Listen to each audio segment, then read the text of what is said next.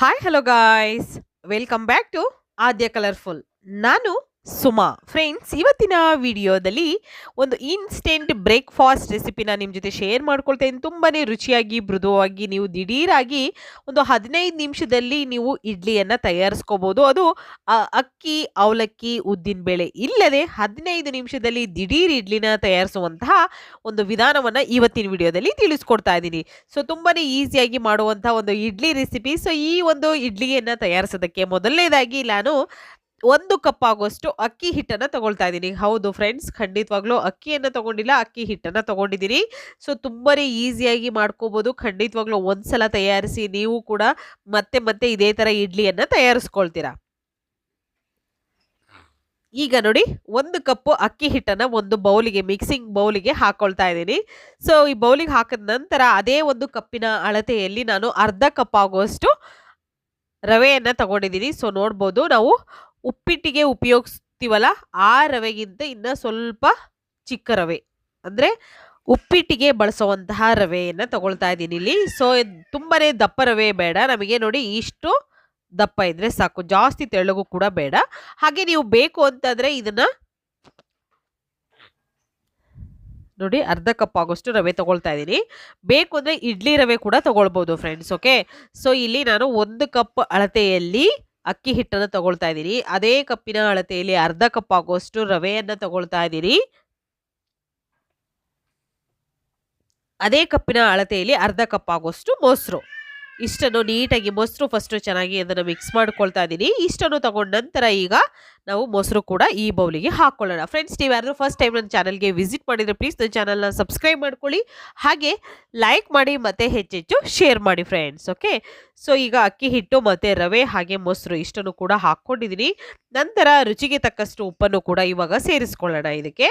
ಮತ್ತು ಇದಕ್ಕೆ 1 ಕಪ್ಪಿನ ಅಳತೆಯಲ್ಲಿ 1 ಕಪ್ಪು ನೀರನ್ನು ಹಾಕೊಳ್ತಾ ಇದ್ದೀನಿ. ಒಂದೇ ಕಪ್ಪಿನ ಅಳತೆಯಲ್ಲಿ ತಗೊಂಡಿದ್ದೀನಿ. ಸೊ ನೀವು ಯಾವುದೇ ರೆಸಿಪಿಗಳು ಮಾಡಬೇಕಾದ್ರೆ 1 ಕಪ್ಪು ಅಥವಾ ಯಾವುದೇ ಒಂದು ಮೆಜರ್ಮೆಂಟಿಗೆ ಅಂತ ಒಂದು ಬೌಲು ಅಥವಾ 1 ಕಪ್ಪು ಅಥವಾ 1 ಲೋಟ ಯಾವುದನ್ನು ಬೇಕಿದ್ರೂ ತಗೊಳ್ಳಿ ಫ್ರೆಂಡ್ಸ್. ಸೊ ಅಂದರೆ ಅದೇ ಒಂದು ಅಳತೆಯಲ್ಲಿ ಎಲ್ಲ ಇಂಗ್ರೀಡಿಯೆಂಟ್ಸ್ನು ಹಾಕ್ಕೊಳ್ಬೇಕಾಗುತ್ತೆ. ಇವಾಗ ನೀರನ್ನು ಹಾಕಿದ ನಂತರ ಉಪ್ಪು ಹಾಕ್ಕೊಳ್ತಾ ಇದ್ದೀನಿ. ಉಪ್ಪು ಹಾಕಿ ನಾವು ನೀಟಾಗಿ ಇದನ್ನು ಮಿಕ್ಸ್ ಮಾಡ್ಕೊಳ್ಳೋಣ. ನೀಟಾಗಿ ಈಗ ಮಿಕ್ಸ್ ಮಾಡ್ಕೊಳ್ತಾ ಇದ್ದೀನಿ. ನೋಡ್ಬೋದು ನೀವು,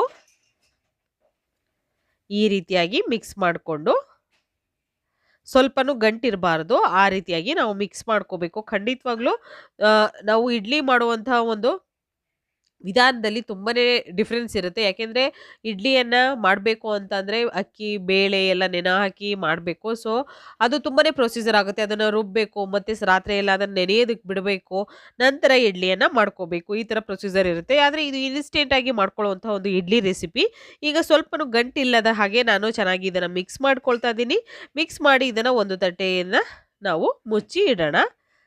ನೋಡಿ, ಈಗ ಸ್ವಲ್ಪನೂ ಕೂಡ ಗಂಟಿಲ್ಲ ಅದೇ ನಾವು ಮಿಕ್ಸ್ ಮಾಡ್ಕೊಳ್ತಾ ಇದ್ದೀವಿ. ಈ ರೀತಿ ಮಿಕ್ಸ್ ಮಾಡ್ಕೋಬೇಕು.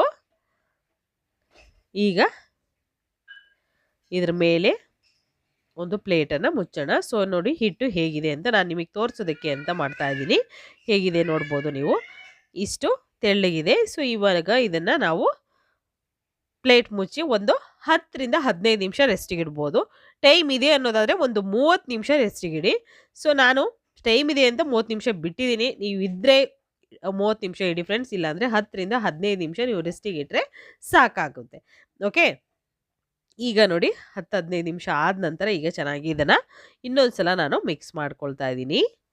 ಈ ರೀತಿಯಾಗಿ ಮಿಕ್ಸ್ ಮಾಡ್ಕೊಳ್ಳೋಣ. ತುಂಬಾ ಈಸಿಯಾಗಿ ಟೇಸ್ಟಿಯಾಗಿ ಆಗುವಂತಹ ಅಕ್ಕಿ, ಅವಲಕ್ಕಿ, ಉದ್ದಿನಬೇಳೆ ಇಲ್ಲದೆ 15 ನಿಮಿಷದಲ್ಲಿ ದಿಢೀರ್ ಇಡ್ಲಿನ ತಯಾರಿಸಿ. ಖಂಡಿತವಾಗ್ಲೂ ಈ ಒಂದು ಇಡ್ಲಿ ನಿಮ್ಗೆಲ್ಲರಿಗೂ ಕೂಡ ತುಂಬಾ ಇಷ್ಟ ಆಗುತ್ತೆ, ಮತ್ತು ತುಂಬ ಬೇಗ ಆಗುವಂಥದ್ದು, ಅಷ್ಟೇ ರುಚಿಯಾಗಿ ಟೇಸ್ಟಿಯಾಗಿ ಸಾಫ್ಟಾಗಿ ಇರುವಂತಹ ಒಂದು ಇಡ್ಲಿ.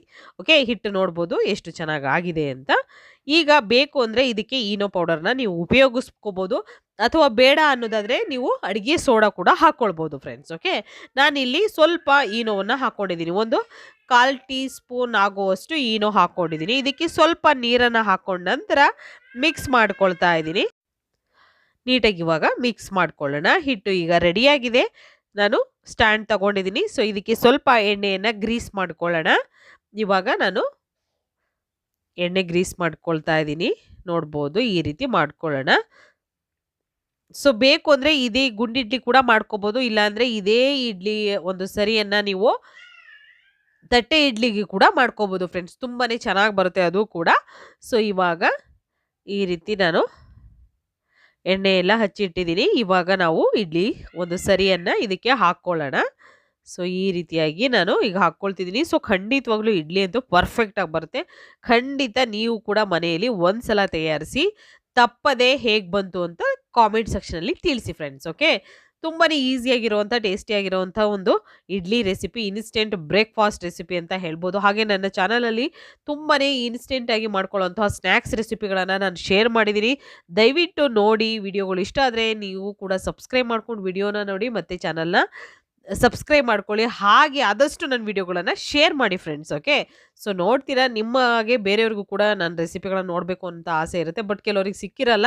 ಅಂಥವರಿಗೆ ಶೇರ್ ಮಾಡಿ, ಖಂಡಿತವಾಗ್ಲೂ ಅವರು ಇಷ್ಟ ಆದರೆ ನೋಡಲಿ. ಓಕೆ, ಸೊ ಇವಾಗ ನೋಡಿ ಇಡ್ಲಿ ನಾನು ಸ್ಟ್ಯಾಂಡಿಗೆ ಸರಿಯನ್ನು ಹಾಕಿದೆ. ಇವಾಗ ಇಡ್ಲಿ ಪಾತ್ರೆಗೆ ಸ್ವಲ್ಪ ನೀರನ್ನು ಹಾಕಿ ಚೆನ್ನಾಗಿ ಕುದಿ ಬಂದ ಮೇಲೆ ಇವಾಗ ಇಡ್ಲಿ ಸ್ಟ್ಯಾಂಡನ್ನು ಪಾತ್ರೆಯಲ್ಲಿ ಇಟ್ಟಿದ್ದೀನಿ. ಈಗ ಇದರ ಲಿಡ್ಡನ್ನು ಕ್ಲೋಸ್ ಮಾಡಿ ನಾವು 10 ನಿಮಿಷ ಬೇಯಿಸ್ಕೊಳ್ಳೋಣ. ನಾವು ಹಬೆಯಲ್ಲಿ 10 ನಿಮಿಷ ಇಡ್ಲಿಯನ್ನು ಬೇಯಿಸ್ಕೊಳ್ಬೇಕಾಗುತ್ತೆ. ನೋಡಿ 10 ನಿಮಿಷ ಆದ ನಂತರ ತೆಗೆದು ತೋರಿಸ್ತಾ ಇದ್ದೀನಿ. ಇವಾಗ ಇಡ್ಲಿ ಎಷ್ಟು ಚೆನ್ನಾಗಿ ಬಂದಿದೆ ಅಂತ ನೋಡ್ಬೋದು ನೀವೇ. ನೋಡಿ ಎಷ್ಟು ಉಬ್ಬಿ ಬಂದಿದೆ, ನೀವೇ ನೋಡ್ಬೋದು. ನಾನು ಈನೋವನ್ನು ಹಾಕ್ಕೊಂಡಿದ್ದೀನಿ. ಬೇಕು ಅಂದರೆ ಈನೋ ಉಪಯೋಗಿಸಿ, ಇಲ್ಲಾಂದರೆ ಅಡುಗೆ ಸೋಡಾ ಕೂಡ ನೀವು ಹಾಕ್ಕೊಳ್ಬೋದು ಅಂತ ಹೇಳಿದ್ದೀನಿ.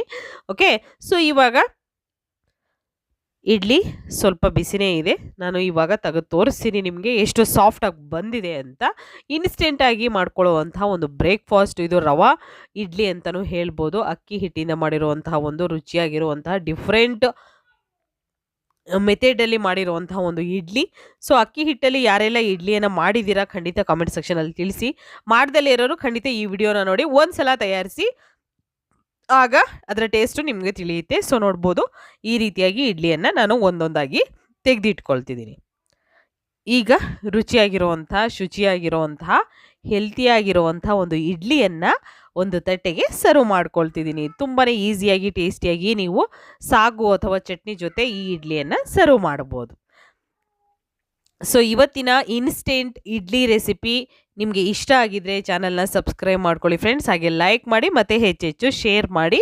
ಹಾಗೆ ನನ್ನ ಇನ್ನೂ ಕೆಲವು ಯೂಟ್ಯೂಬ್ ಚಾನಲ್ಗಳು ಇದೆ, ಅದನ್ನು ಈ ವಿಡಿಯೋ ಡಿಸ್ಕ್ರಿಪ್ಷನಲ್ಲಿ ಹಾಕಿರ್ತೀನಿ, ಲಿಂಕ್ಗಳನ್ನು ಚೆಕ್ ಮಾಡಿ. ಹಾಗೆ ನಿಮ್ಗೆ ಇಷ್ಟ ಆದರೆ ಚಾನಲ್ಗಳನ್ನು ಸಬ್ಸ್ಕ್ರೈಬ್ ಮಾಡಿಕೊಂಡು ವಿಡಿಯೋಗಳನ್ನು ಖಂಡಿತವಾಗ್ಲೂ ನೀವು ನೋಡ್ಬೋದು. ಓಕೆ, ಸೊ ಇವತ್ತಿನ ವಿಡಿಯೋನ ಇಲ್ಲಿಗೆ ಮುಗಿಸ್ತಾ ಇದ್ದೀನಿ ನಾನು.